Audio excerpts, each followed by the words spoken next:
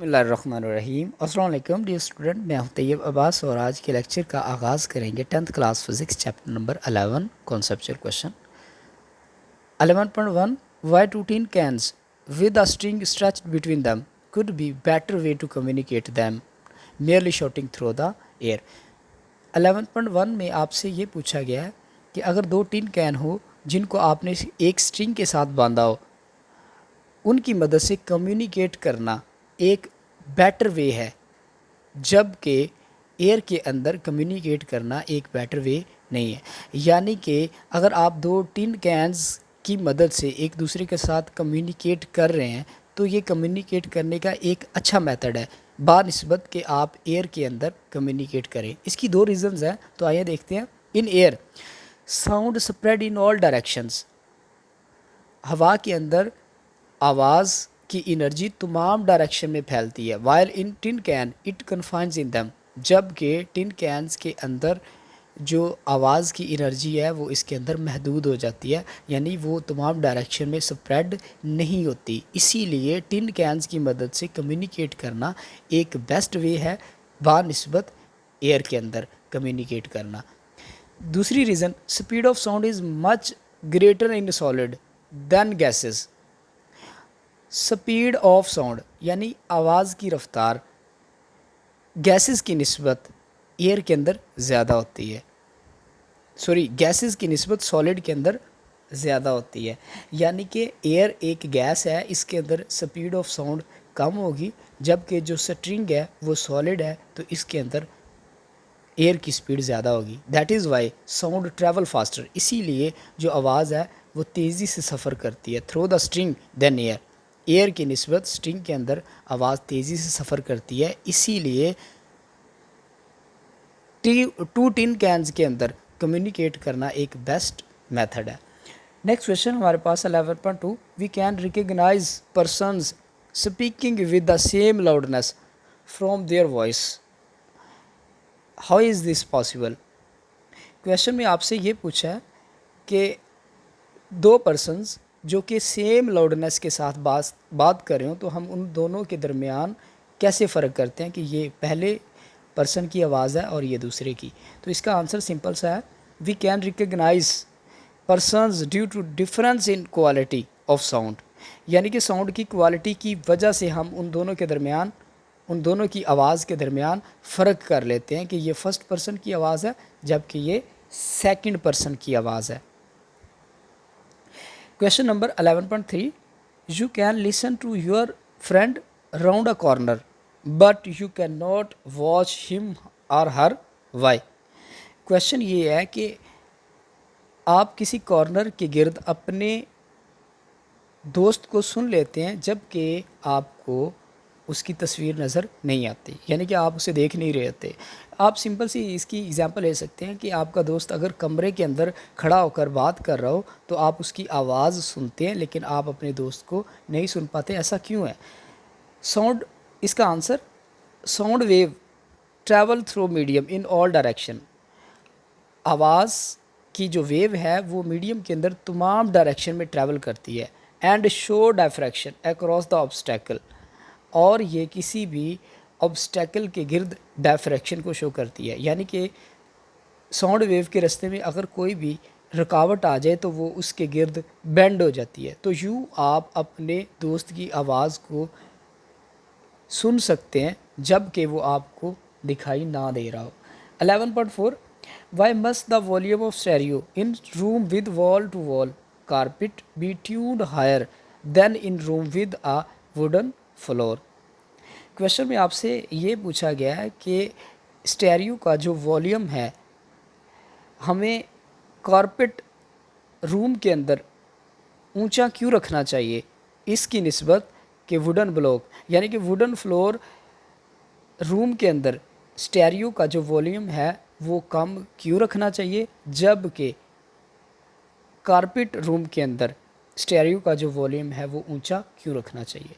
तो हमने पढ़ा था the volume of stereo in room with wall to wall carpet the tuned higher because absorption of sound is maximum in porous and soft surface.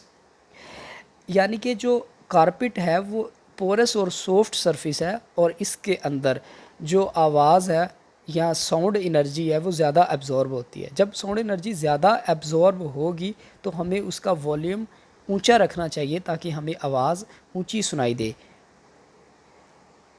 और जब कि हमें next page पे हम देखते हैं, from flat wall and wooden floor sound waves reflect at maximum.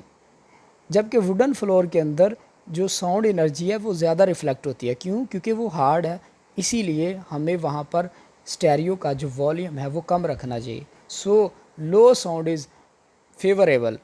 तो इसके अंदर हमें आवाज़ लो रखनी चाहिए क्योंकि ज़्यादा रिफ्लेक्शन होगी। 11.5 A student says that two terms speed and frequency of wave refer to the same thing. What is your response?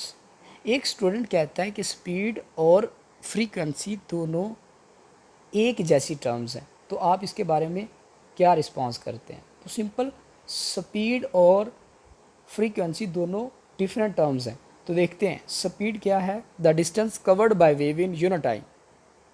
Frequency, the number of waves passing through a point in unit time.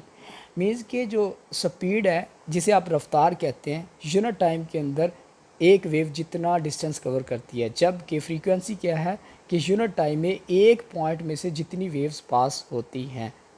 तो it means that frequency और speed दोनों मुख्तलिफ term हैं। So speed and frequency are two different quantity although time factor in common in both. जबकि इन दोनों के अंदर टाइम का जो फैक्टर है वो कॉमन है, लेकिन फिर भी फ्रीक्वेंसी और स्पीड दो मुख्तलिफ क्वान्टिटीज़ हैं। 11.6 two people are listening to the same music at the same distance, they disagree on its loudness, explain how this could happen. Question में आपसे ये पूछा गया कि दो पीपल्स जो कि सेम डिस्टेंस पर, यानी कि एक म्यूज़िक सोर्स से सेम डिस्टेंस पे खड़े हुए हैं, जबकि वो दोनों का क्लेम ये है कि उन दोनों को जो लाउडनेस है वो मुख्तलिफ सुनाई देती है। तो हमने ये पढ़ा था, loudness depend upon the physical condition of years of the listeners. यानी कि जो आवाज़ की लाउडनेस है वो सुनने वाले के कानों की फ़िज़िकल कंडीशन पे डिपेंड करती है। अब देखिए, ये मेरे पास ये एक सोर्स ऑफ साउंड है, इसके इस साइड पे और इस साइड पे, यानी कि सेम डिस्टेंस पे दोनों लिसनर्स खड़े हुए हैं। और ये वाला अगर इसके कान इफ़ेक्टिव हैं तो इसे लाउडनेस ऊंची सुनाई देगी, और अगर इसके कान डिफेक्टिव हैं यानी कि इसके एयर्स डिफेक्टिव हैं तो इसे लाउडनेस कम सुनाई देगी। तो इसका मतलब हुआ, जबकि दोनों का डिस्टेंस सेम है लेकिन इन दोनों के कान की जो फिज़िकल कंडीशन है उस पर लाउडनेस डिपेंड करती है। तो पॉसिबल है कि वो दोनों कह सकें कि लाउडनेस कम या ज़्यादा है। A sound appears louder to a person with sensitive ear than a man with defective ear. Means के जो आवाज़ है ऐसे इंसान को ऊंची सुनाई देगी जिसके कान सेंसिटिव हैं उसकी निस्बत के जिसके कान डिफेक्टिव हों। यानी कि जिसके कान ख़राब हैं उसे आवाज़ की लाउडनेस कम सुनाई देगी, जबकि दूसरे इंसान को आवाज़ की लाउडनेस ज़्यादा सुनाई देगी। 11.7 is there any difference between echo and reflection of sound, explain. क्या रिफ्लेक्शन ऑफ साउंड और इको के अंदर कोई फ़र्क है? तो इसमें स्लाइटली डिफरेंस है। Reflection of sound waves take place from any surface placed in the front of sound wave। Means के साउंड वेव की डायरेक्शन में अगर कोई भी प्लेस पड़ी हो तो उससे जो आवाज़ है वो रिफ्लेक्ट बैक हो जाती है। लेकिन रिफ्लेक्शन इको के लिए कुछ कंडीशंस हैं, आए देखते हैं वो क्या है। Echo of sound can be observed only. Distance between listener and reflective surface should be at least 17 metre. Means के इको तब ऑब्ज़र्व की जाती है जब रिफ्लेक्टिव सरफेस और लिसनर के दरमियान का जो डिस्टेंस है वो 17 मीटर हो। और दूसरा, time difference original sound and eco must be 0.1 second. जबकि जो इको का टाइम है वो कितना होना चाहिए, 0.1 सेकेंड। तो तब रिफ्लेक्शन नहीं, उसे हम इको कहते हैं। Next question 11.8 will two separate 50 dB sounds together constitute a 100 dB sound. Explain.